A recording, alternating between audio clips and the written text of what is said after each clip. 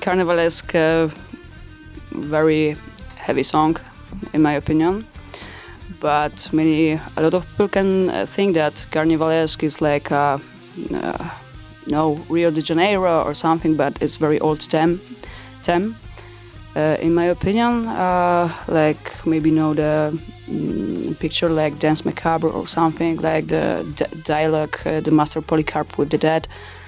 Also, everything is for me is sometimes I feel like I sing to the death or something.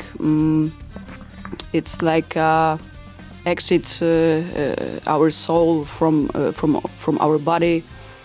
In Carnivalesque you have the lyrics there. Let's rulers become peasants. Let the peasants become rulers. It's very nice, and you can imagine some carnival in Köln, for example, in Germany. Yeah, so Carnivalesque is based on a very old riff I wrote around 2014.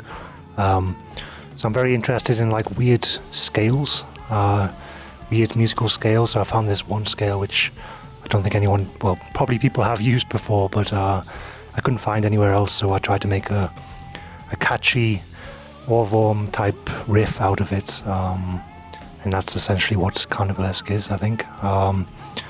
Then with Marta we added the vocals, which kind of adds a lot to the song.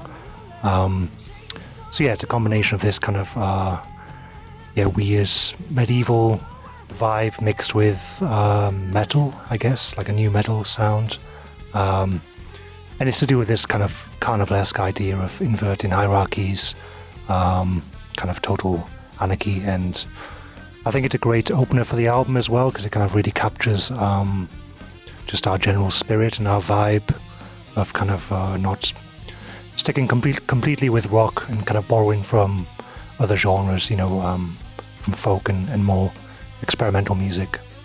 Yeah, Carnivalesque.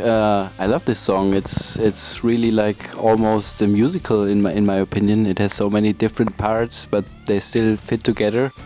And the weird melody in the beginning, which is accompanied by a funky or heavy bass riff. I just love it, and we usually open our set with it, and I think that's a good thing to do.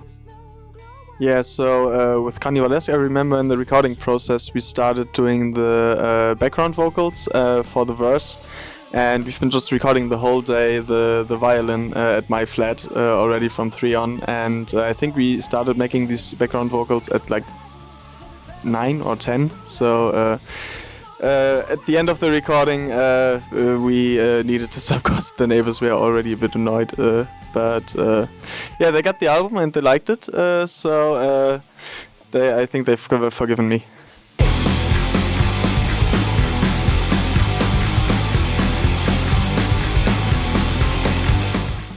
Yeah, so Silence at High Volume. So that line comes from a text I was reading, which describes commercial rock music as being silence at high volume, in the sense that, if you hear classic rock, it really, today, it says nothing, You hear it in the supermarket, it's kind of got no power anymore, right? There's no message there. Rock's no longer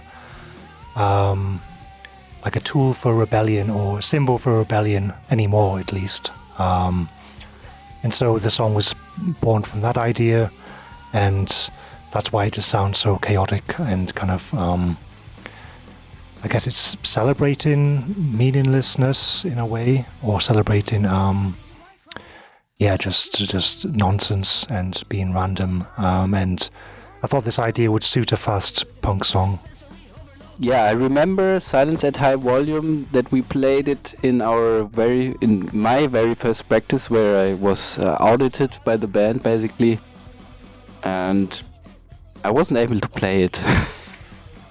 But now I love the song, and it's really cool, and has a lot of energy, and I love to play it live.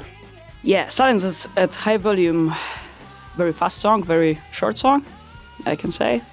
I remember we had we tried to make a video, a music video clip from this song. We were actually in our here in our practice room. Was a lot of fun.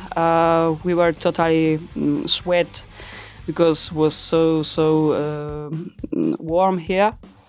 Yeah, but I think the final produce was pretty cool. Like, to silence at high volume, I can basically just say chaos. Like the words, the music itself, it's just 2 minutes of chaos.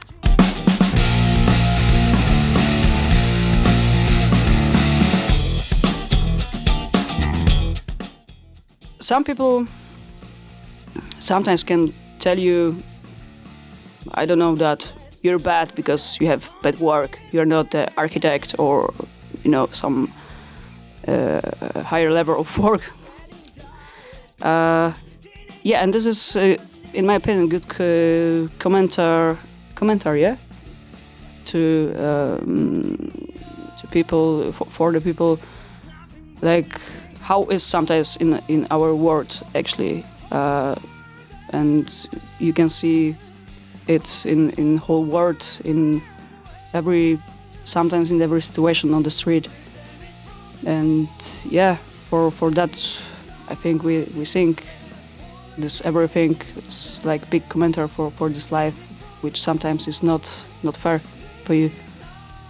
Yeah, so with Witches to Rex, this was one song that we already recorded, or that was already recorded a bit before, and there we actually had the bass already laid down quite nice, and we started then recording the drums over it and the rest, so it was like a bit of opposite recording process as you usually do, but it turned out quite well. Yeah, Riches to Rags is a wordplay because there's an English expression which is rags to riches, which is usually a story about someone who's very poor and through hard work becomes very rich, a popular kind of film story. So Riches to Rags is the opposite idea. So it's, I guess it's essentially about violent revolution. But it's also inspired by other things, like my friend said that he used to work in a drugstore, and him and his colleagues would get bonuses if they sold more drugs, even to people who didn't need them. So that's why you have a lyric in there that's like selling diet pills to teenage girls who don't need them. And so my friend quit this job because it was, too much for him. But there's other people who would happily do this with no problem at all. So it's kind of, I guess the song's just against those kind of people who have no problem with exploiting others in their work or whatever.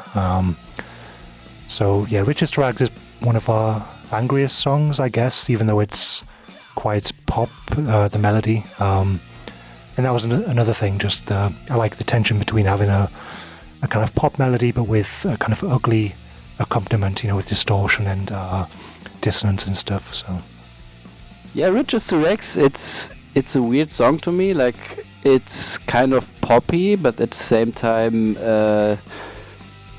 very brutal, and I don't know what to say about the song. I like it.